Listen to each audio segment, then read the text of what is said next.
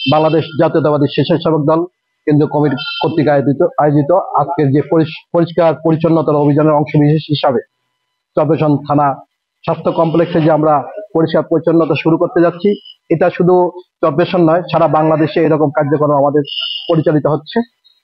বাংলাদেশ জাতীয়তাবাদী স্বেচ্ছাসেবক দলের প্রতিষ্ঠাবার্ষিকী গতকালকে আমরা 45তম প্রতিষ্ঠাবার্ষিকী পালন করছি। এই প্রতিষ্ঠাবার্ষিকী পালন করার একটি অংশ হচ্ছে সারা বাংলাদেশ ব্যাপী স্বাস্থ্য কমপ্লেক্স যেখানে আছে সেই স্বাস্থ্য কমপ্লেক্সকে আমাদের পরিষ্কার পরিচ্ছন্ন রাখা এবং জনসাধারণের ভিতরে একটা সচেতনতা সৃষ্টি করা।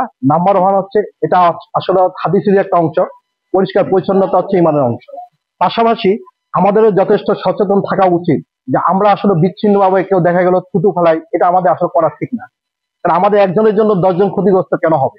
এই মানবিক দিকটা আমাদের মাথায় সবসময় কাজের মাথায় থাকা উচিত এবং এটা আমাদের যথেষ্ট সচেতনতার অভাব আছে এবং এই সচেতনতা সৃষ্টি করা আমাদের জাতীয়তাবাদী স্বেচ্ছাসেবক দলের উদ্দেশ্য।